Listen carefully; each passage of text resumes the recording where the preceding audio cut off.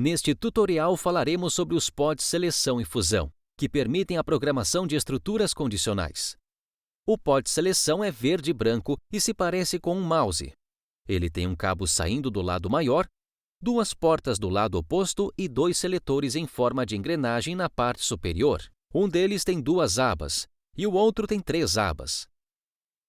O pod seleção permite a seleção de duas saídas em um programa, dependendo do valor definido em seus dois seletores.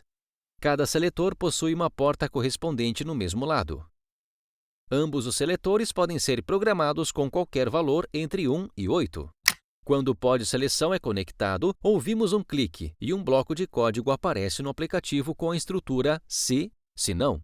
Se a estrutura é verdadeira, o programa escolhe a saída do seletor de duas abas. Se a estrutura é falsa, o programa escolhe a saída do seletor de três abas. Neste exemplo, o pod seleção foi conectado ao hub. No pod seleção, o seletor de duas abas foi programado com 4 e tem um pod tocar som conectado com um som de pato selecionado. O seletor de três abas foi programado com 6 e tem um pod tocar som conectado ao som de gato selecionado. Os seletores foram programados com a seguinte estrutura: se 4 é maior que 6, esta estrutura é falsa. Assim, quando o programa é executado, escolhe a saída do seletor de três abas e toca o som de gato. Linha 4 Animais.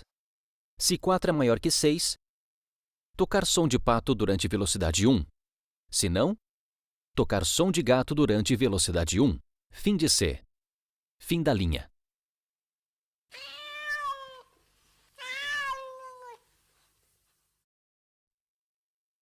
Para voltar ao programa principal, usamos o pod fusão. O pod fusão é verde e branco e tem o formato de um mouse. Ele possui dois cabos saindo de uma das laterais e uma única porta no lado oposto. O pod fusão não tem seletores. O pod fusão permite que as duas saídas do pod seleção sejam reunidas. Conecte os cabos do pod fusão às portas do pod conectado a cada saída do pod de seleção. Para continuar o programa, conecte o próximo pod de comando do programa à porta do pod fusão.